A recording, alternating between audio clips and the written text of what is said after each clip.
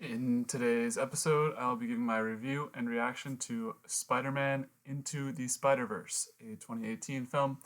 So let's dive into Spider-Man Into the Spider-Verse. Do something, man. People are questioning you. Shut up. Shut up. Okay, yep, do that. Sure, guys. Stupid and dumb. Just an idiot. Get your shit together, son. Fuck it. I loved it. Welcome to the dub cast.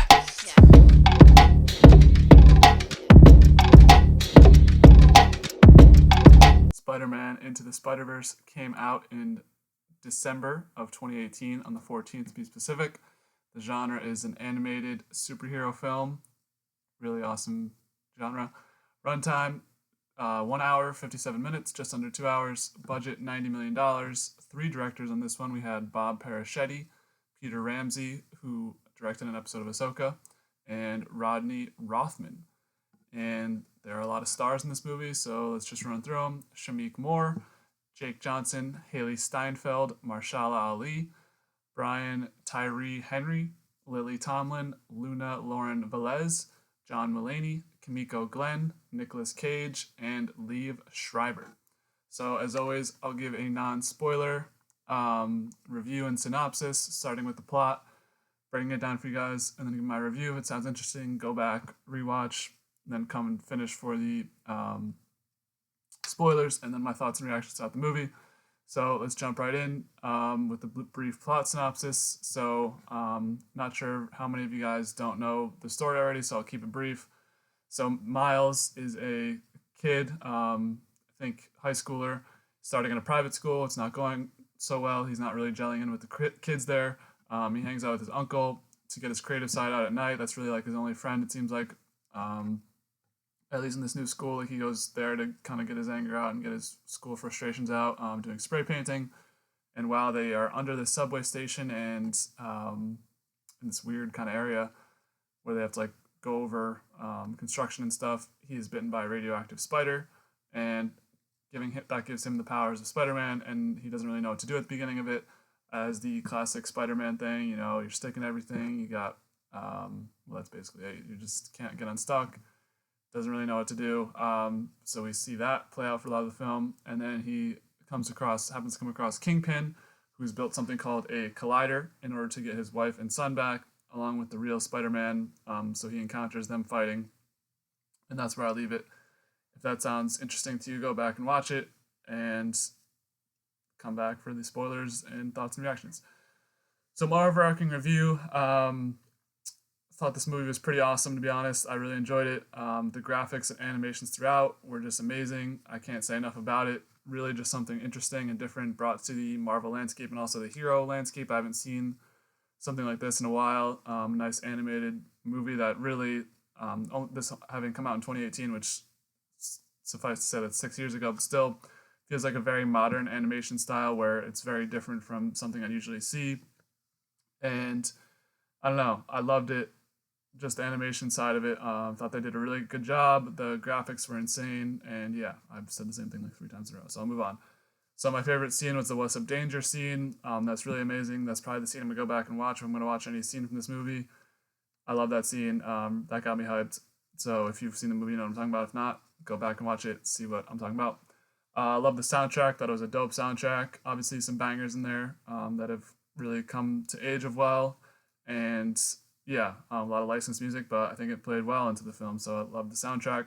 I like the inclusion of the different Spider-Mans as well, slowly, so it didn't feel too fast. We meet one, and then we meet another, and then we meet a couple of the other smaller ones, so didn't feel like they were just trying to dump on you all these Spider-Mans and make you feel like, oh, Spider-Man's all around, you know, this is a good movie, blah, blah. No, we get to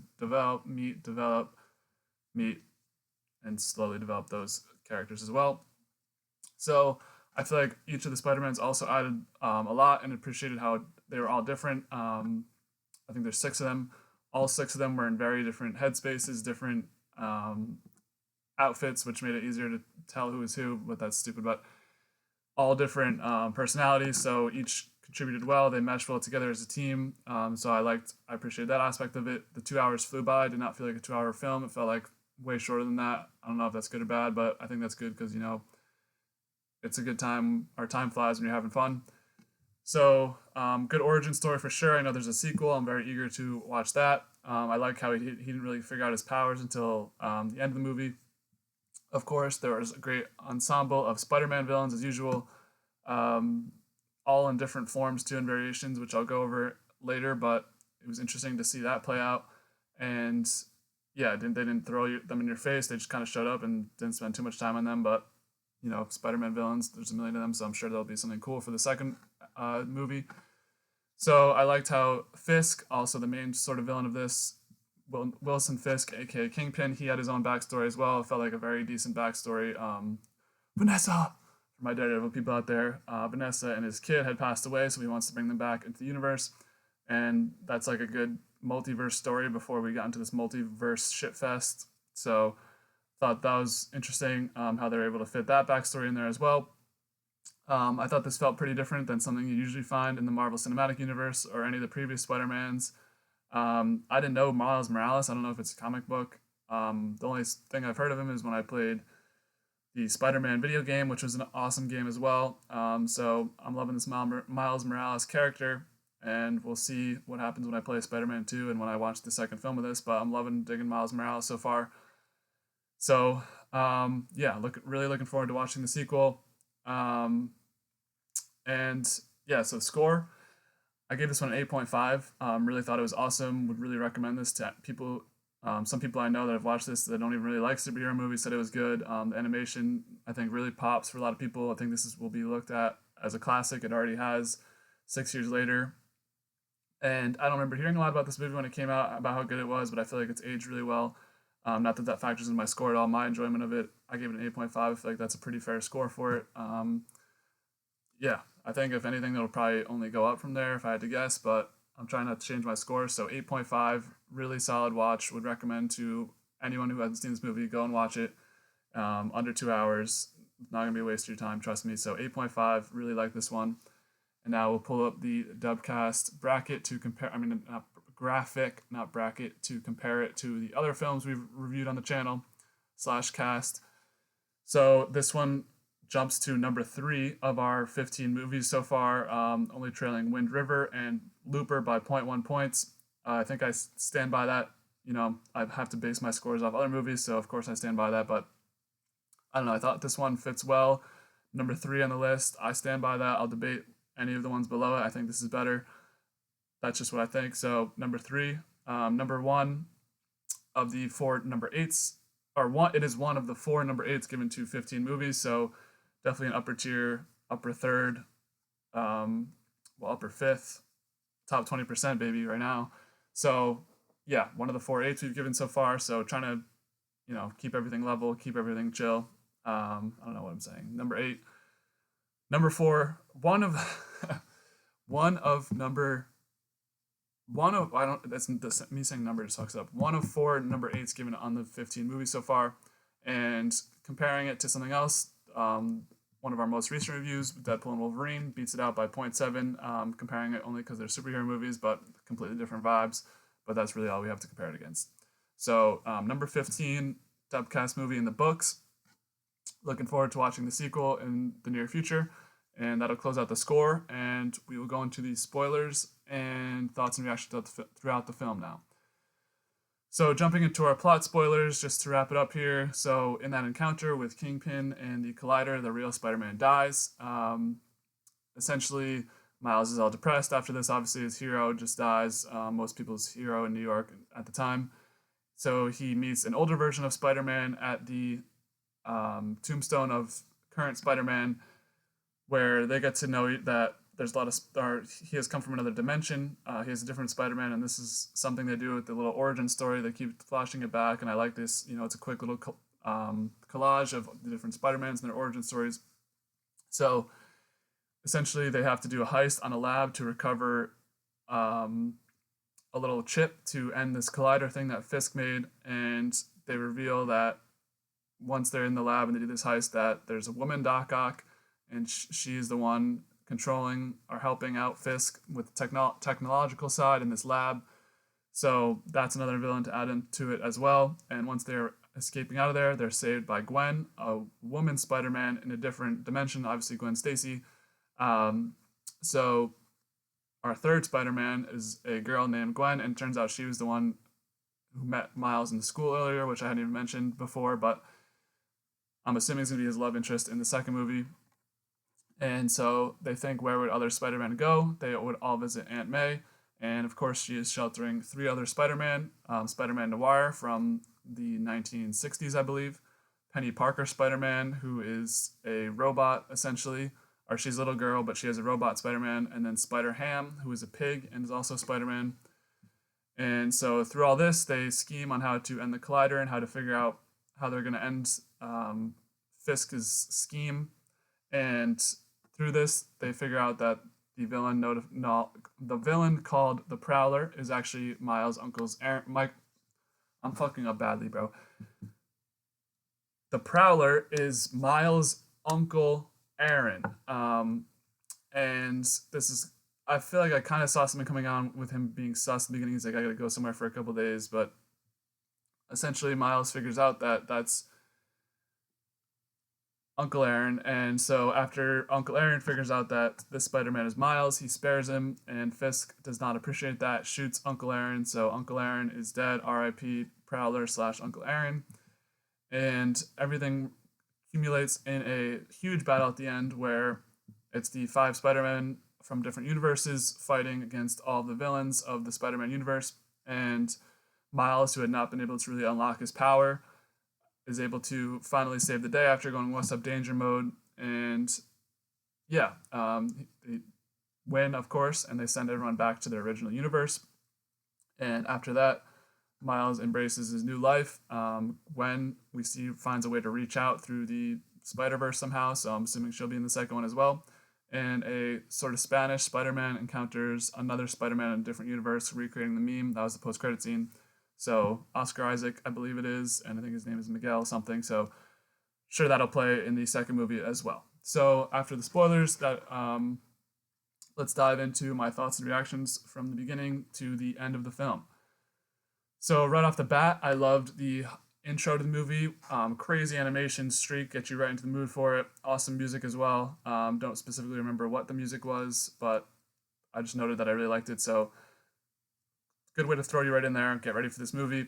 And continuing on the music trend, we got Sunflower right away. He's listening to Sunflower in his earphones, and this song has not aged poorly at all. I still listen to Sunflower, I'll admit it. I love Post Malone, I love Sway Lee.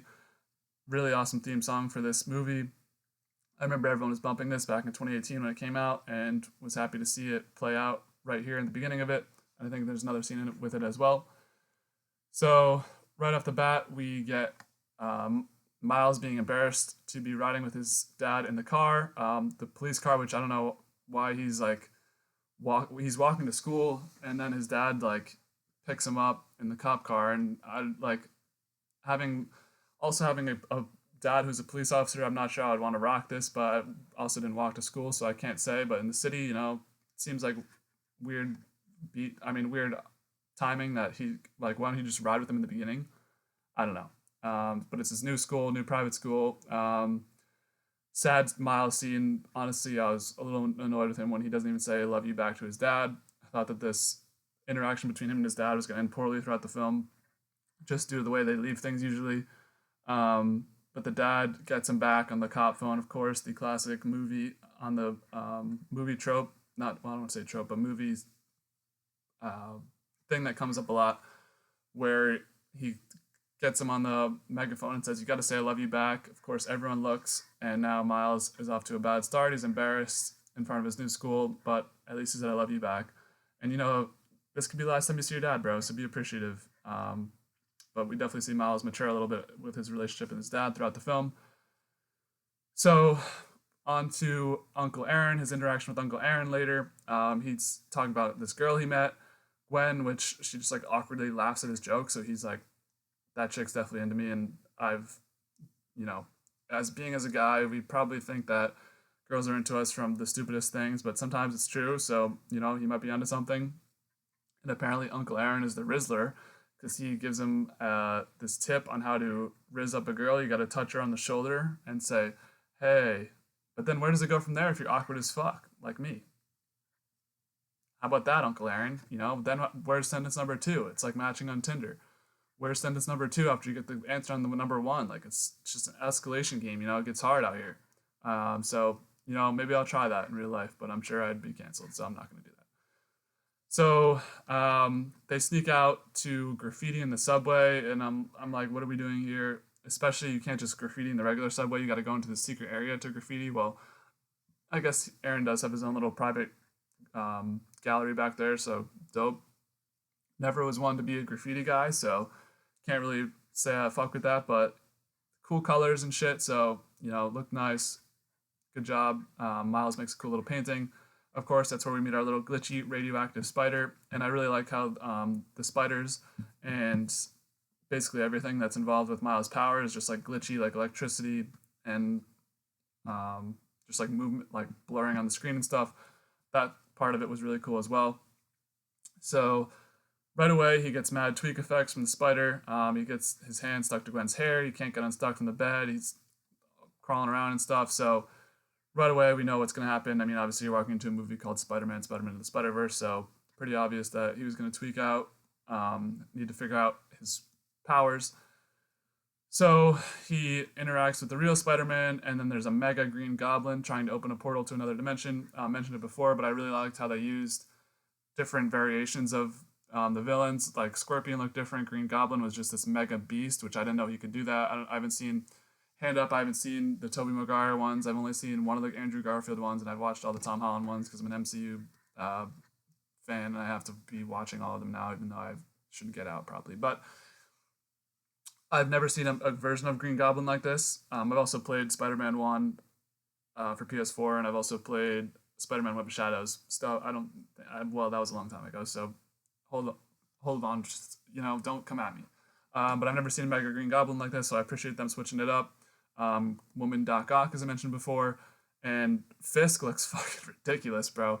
He's like this block, and it's just his head is like this small thing. Is this block on his body's just a block. It was so funny, but I guess you get used to it a little bit. But I was geeking. Like, he looks so fucking ridiculous. We got to see him again in the second movie. I gotta go back and see the scenes of him. He's just a massive human being in this animated setting. It's so funny.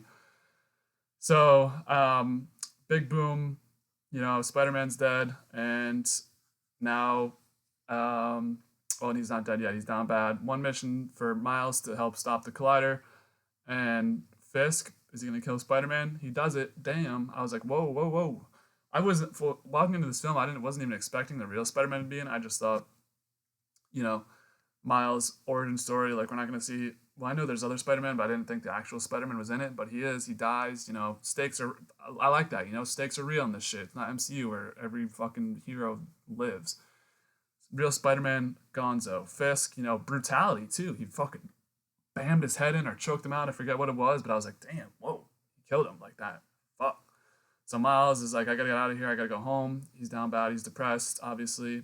Once he realizes that these powers he has, he goes to the store to get a costume. And who is the cashier / clerk? But Stan Lee. So R.I.P. Stan Lee, legend. We miss you, man. The cameos were fire. I think he's been in a couple cameos since then, but R.I.P. Stan Lee. Always a good cameo to see him in the movies. So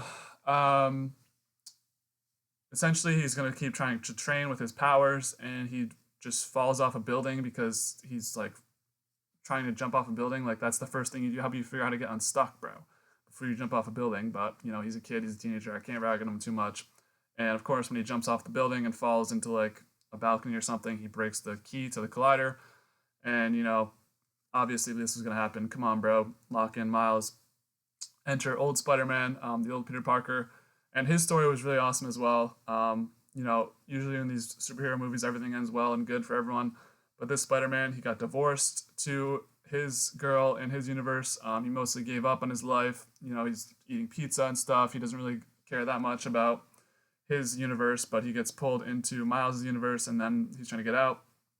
Big stakes for him as well, because they slowly start to glitch out as well, the other Spider-Man, so they need to get out in a certain amount of time, or else they're just going to be gone forever.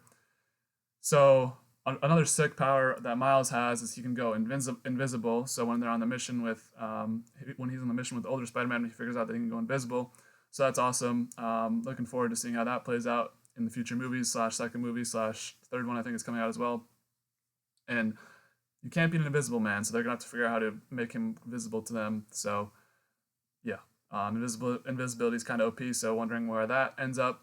And so yeah, the woman Doc Ock named Olivia Octavius. This was a nice turn of pace because you think she's just like the innocent lab assistant, but no, she's Olivia Octavius, and didn't know that that was even a thing. I'm not deep into the Spider-Man lore, so good little plot twist for me there. I was not expecting that one, to be fair, and I like that little arc with her in the middle of the film and how it plays out in the end. I mean, she just turns into another another villain at the end, like background fodder. But it's awesome to see a woman Doc Ock, and even though that was possible, another variation.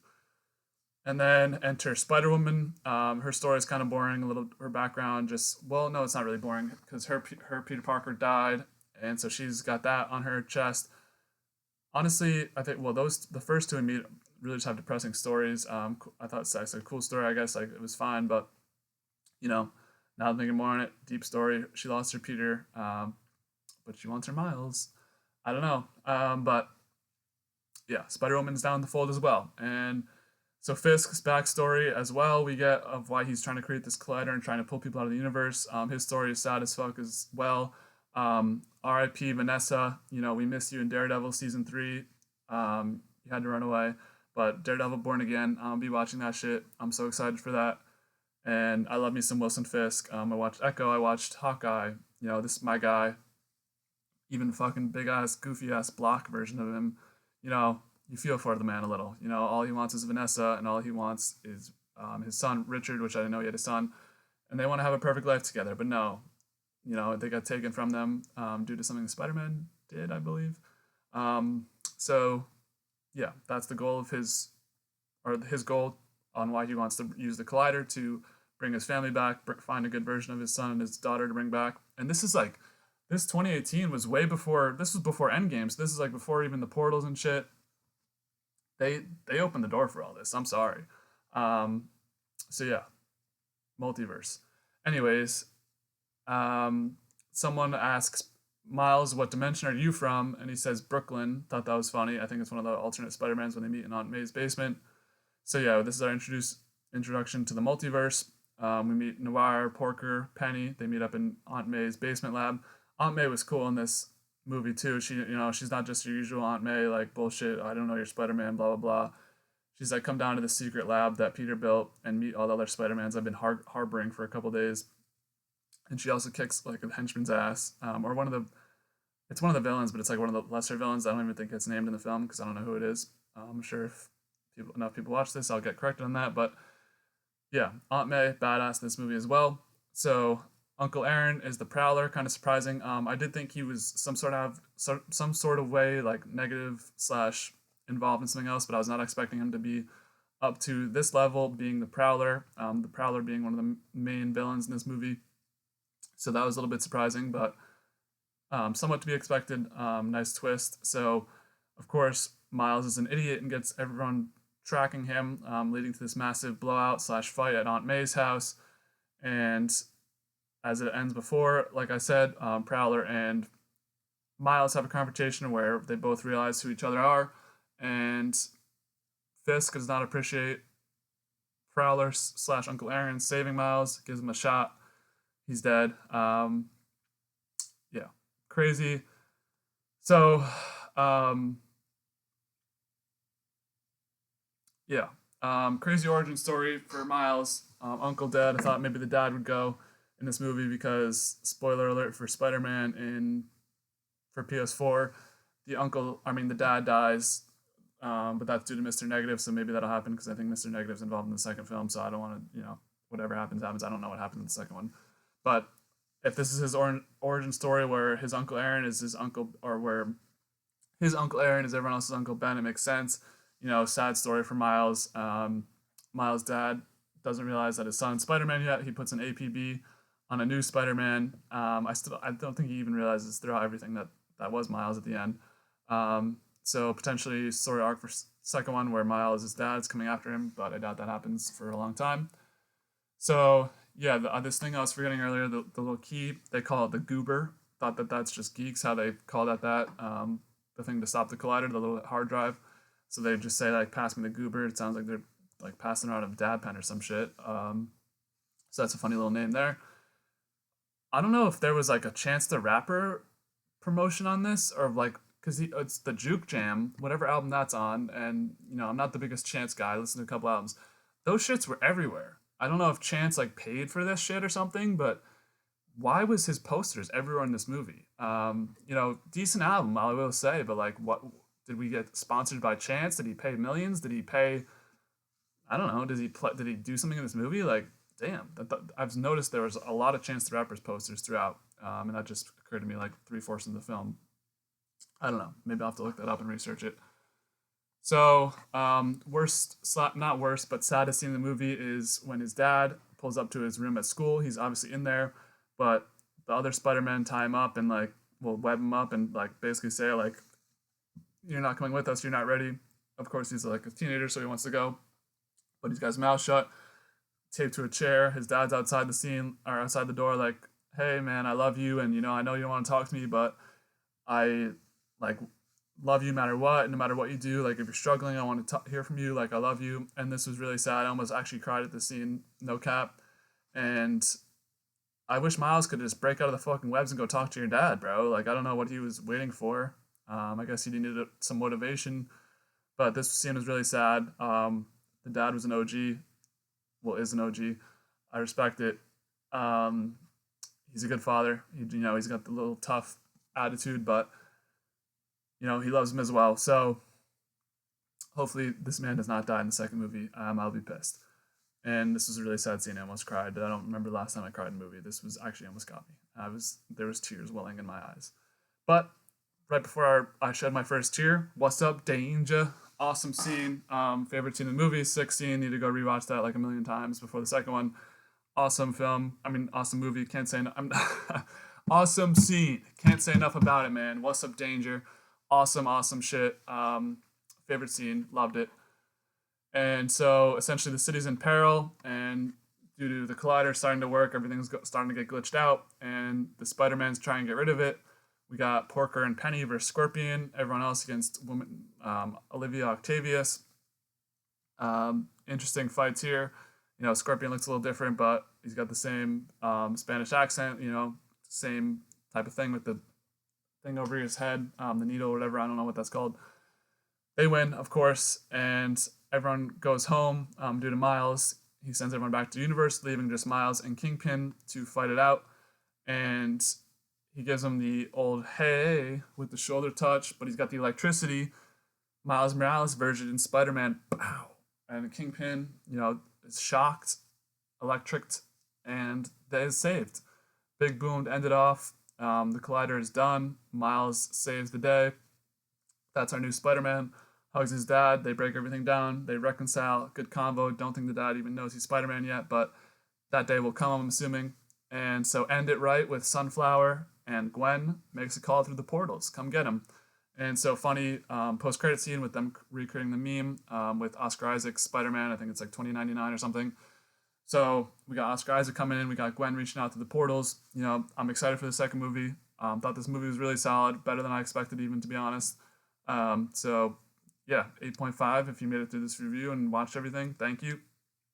Go watch it again if this excited you, or watch for the first time, if you like knowing every single thing that happens before it does. So this will be either episode 50 or I think this will be episode 51. Continuing on with the movies, we will have Succession. We will have movies in succession. We got NFL. That's it right now. Penguin show in the fall. So as always, appreciate you guys keeping along with the content. If you have any recommendations for movies, my list is never ending somehow. So at this point, I'll just add everything and say fuck it. Shows I might go on a movie run after I finish Succession. We'll see. But appreciate you guys as always for sticking along this whole video. And if you liked what you saw, subscribe, leave a like. If you didn't like what you saw, leave a dislike. Leave a comment if you liked it as well. Appreciate you guys. Be easy, and what's up, Danger?